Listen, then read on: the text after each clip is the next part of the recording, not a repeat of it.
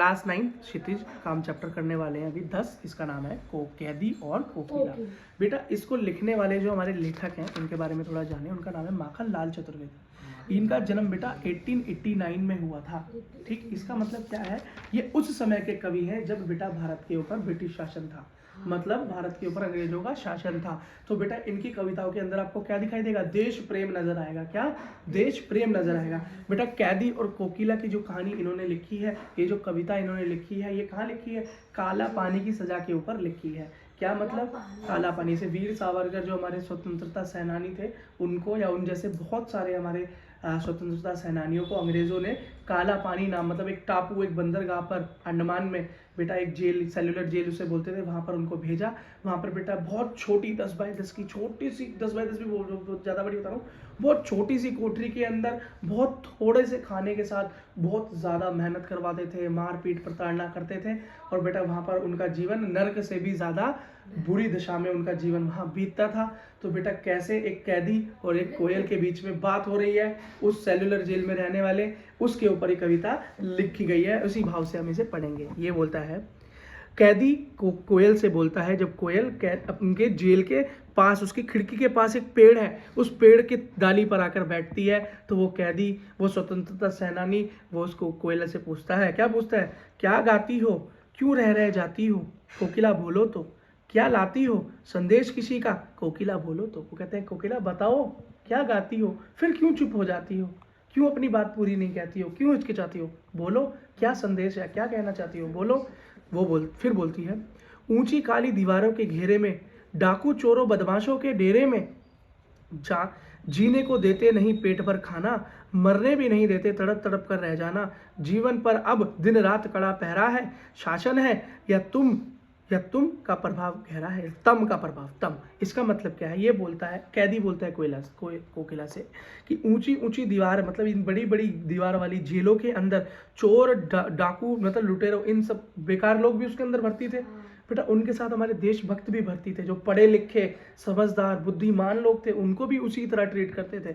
उनको जीने के लिए खाना सिर्फ इतना देते थे कि भैया सिर्फ जिंदा रह पाए, वो भी कम था। कीड़े मकोड़े हुआ करते थे बेटा खाने के अंदर, वो उन्हें खाना पड़ता था। आप अगर वीर सावरकर की कहानी पढ़ेंगे तो आप इसको और गहराई समझ पाएंगे। मरने भी नहीं देते, मरने भी नहीं देते हैं, बस तड़प तड़प कर ही रह जाते हैं।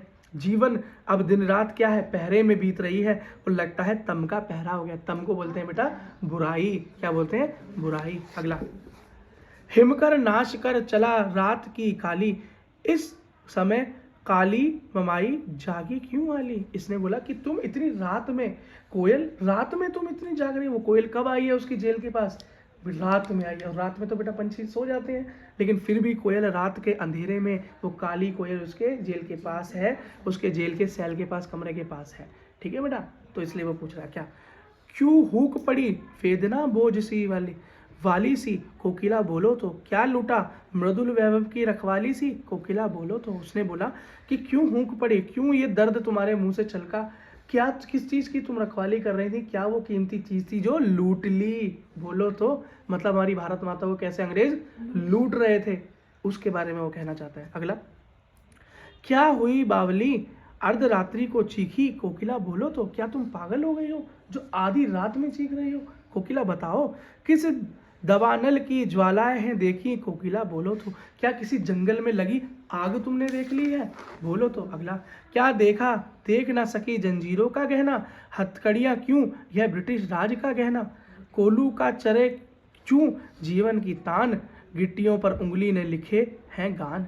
वो बोलता है कि तुम क्या देखती हो, क्या देख रही हो, ये मैं जंजीरें देख रही हो जो मेरे हाथ में ब्रिटिश शासन अंग्रेजों ने पहनाई है, नहीं, ये तो मेरा गहना है। क्या बोल रहा है, ये तो मेरा गहना है। तो क्या देख रही हो, जो कोलू, कोलू होता है बेटा, कोलू के अंदर बैल को लगाया जाता था, कोलू घूमता था, सरसों पिसती थी और उससे तेल निकलता था। लोग उसकी जगह पे बैल नहीं, हमारे स्वतंत्रता सेनानियों को लगा दिया करते थे और उनसे बोलते थे कि दिन भर में आपको इतना तेल, मतलब एक जो बैल तेल निकालता है, एक आदमी को वो तेल निकालना पड़ता था, नहीं तो उसे कोड़े मारे जाते थे। क्या, और खाना नहीं दिया जाता था। तो अब मैं क्या बताऊं बेटा, उसमें जाएंगे तो ये कहानी बहुत लंबी हो जाएगी। तो वो कहते हैं जो ये कोल्लू का चरखा है, क्या है ये, तो जो आवाज़ आती है ना कोल्लू में, जब पिसता है तो आवाज़ आती है चू चू, तो कहता है ये तो मेरे जीवन का गान हो गया है, ये तो मेरे जीवन का गाना हो गया है। तो तुम क्या देखती हो, मैंने गिट्टियाँ लेकर अपना जो दीवारों पर लिखते थे बेटा, वो जैसे वीर सावरकर भी दीवारों पे ही लिखते थे, है ना, कॉपी किताब तो होती नहीं थी।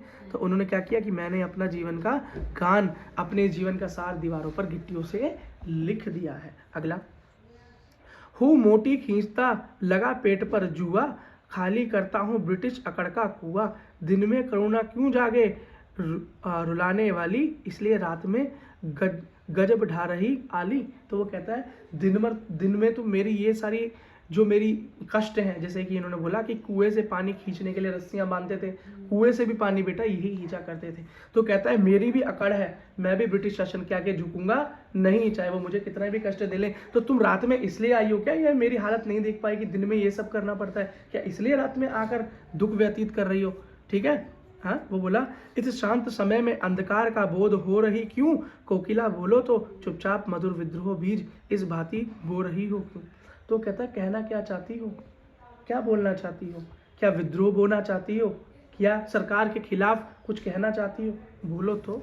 अगला, काली तू रजनी भी काली, शासन की करनी भी काली, काली लहर कल्पना काली, मेरी काल कोठरी काली, टोपी काली कमली काली, मेरी लोह श्रृंखला काली, पहरे की हुंकती ब्याली, तिस पर गले गाली ए आली, इस काले संकट सागर पर मरने की मदमामी, कोकिल बोलो तो अपने चमकीले गीतों को क्यों कर हो तैराती, कोकिला बोलो तो। कहता है कि तुम भी काली हो, ये रात भी काली है, ये शासन भी काला है अंग्रेजों का, काली ही लहरें हैं, काली रूपी है, काले मेरे कपड़े हैं, काली मेरी जेल, मेरा कमरा भी काला है। और बेटा ये कहता है कि ये रात भी बड़ी काली है। तो क्या कहना चाहती हो, इस काले संकट सागर पर मरने की मदमाती, क्या तुम भी इसमें शामिल होना चाहती हो, क्या तुम भी इनमें शामिल होना चाहती हो, बोलो तो अपने इन सुंदर गानों, मतलब अपने सुंदर बोलों को बोलो तो, अपना मुंह खोलो तो, क्यों चुप बैठी हो।